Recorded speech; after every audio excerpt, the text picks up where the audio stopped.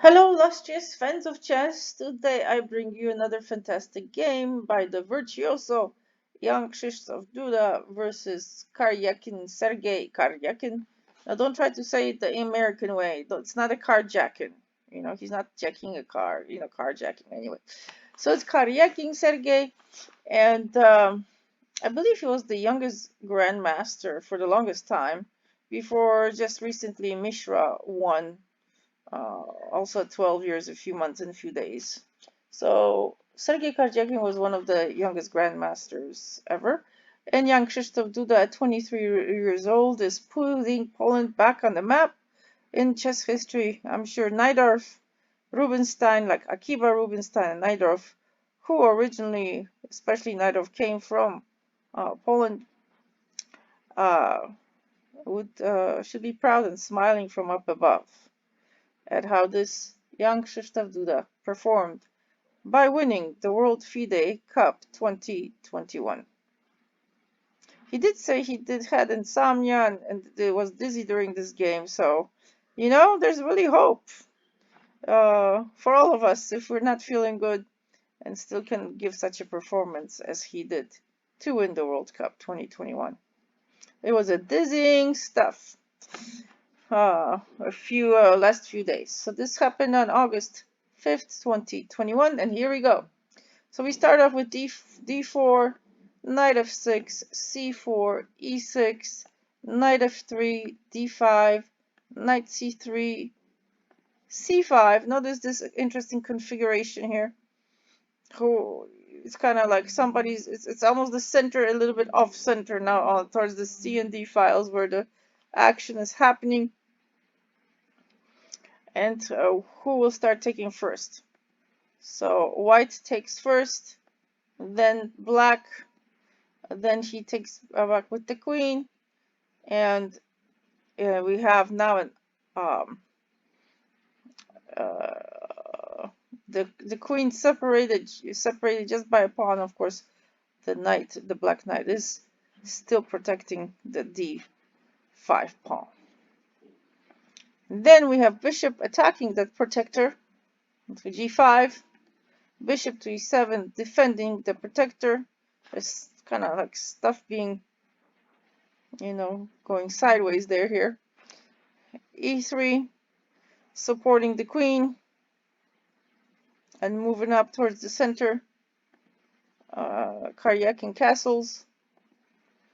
Now we are putting more firepower on the d line. You've got a queen and a rook against this.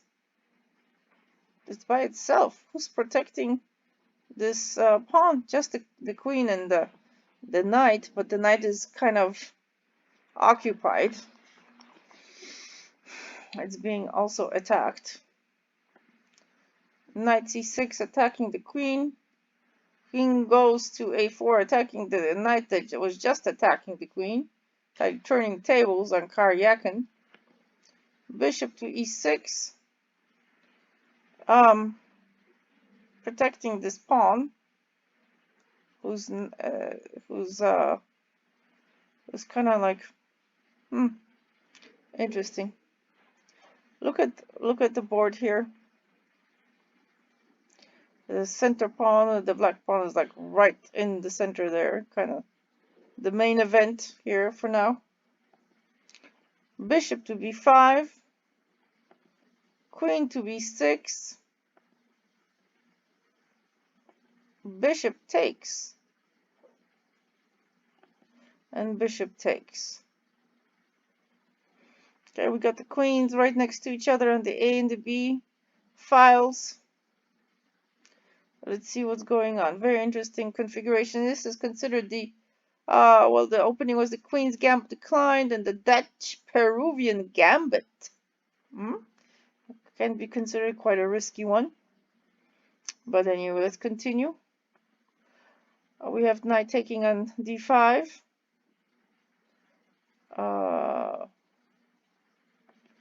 We have the bishop taking. We have the rook taking. And the bishop takes on b2. Okay, let's breathe now. Can we breathe? Because there was a lot of taking here, a lot of exchanges. We still have an interesting composition here on the AB files where the queens are kind of torcidos, as they say in Spanish. Then we have a fantastic move of KE2, king to E2. Alrighty. And then we have bishop to F6, rook to D1. Again, we have a battery. It seems that Duda's quicker. He's quicker to attack here, while holding the situation between the queens kind of in place on the A and B files. A rook to C8, bishop to C4. Queens are now facing each other, queen to B4. Let's see. What will Duda do? I like saying Duda do.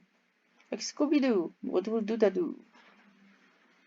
Queen to B3, where it's now protected by the A2 pawn. Maybe there will be exchange of queens, we shall see. And there is. But now we took the queen back with the bishop to B3. Knight to B8. G4.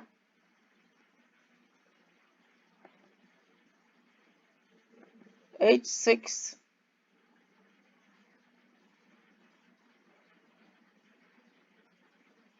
Of course, the computer can be suggesting other moves, but I'm just relaying what the actual game was for the purity of the game. These players do not have the benefit of an engine. Their engine is called their brain and their experience. Mixed in with a little bit tiredness, maybe dizziness, and emotional stress, also stuff going on. So we have a lot more going on than just the generic engine choice. We have H4. The pawns are moving on up. G6. They're facing each other now. G5. Direct attack on the bishop there. Takes.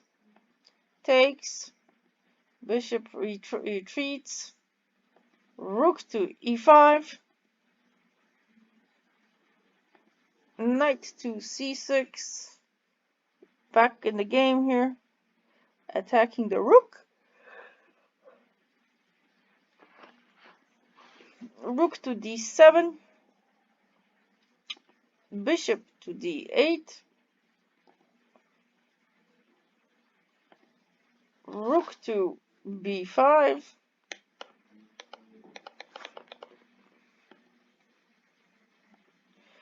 Knight to A5. They do say the knight on the rim is dim. I don't know, there's weakening and weakening of position for black here. Bishop to D5. Rook to C7. Bishop takes the pawn on F7 with a check.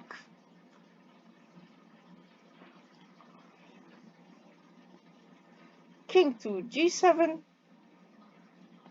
Rook takes on C7. What did he take? The rook. Oh my gosh. Then bishop takes on C7. Bishop to D5. And at this point is where KARJAKIN resigned.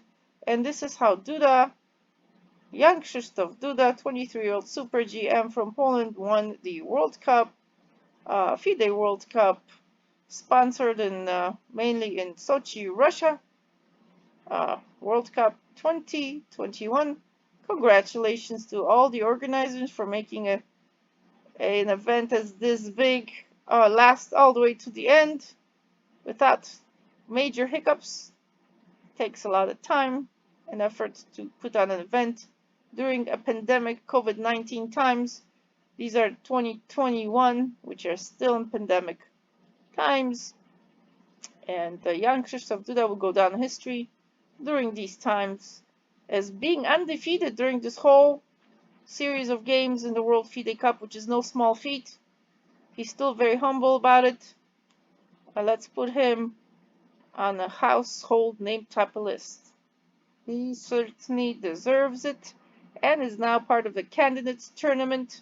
He got himself a seat the hard way by winning over Grishchuk. He even beat the world reigning champion Magnus Carlsen prior to playing with Karjakin. So kudos to jan-krzysztof DUDA, a top super GM from Poland. Thank you for watching. Please hit like and subscribe.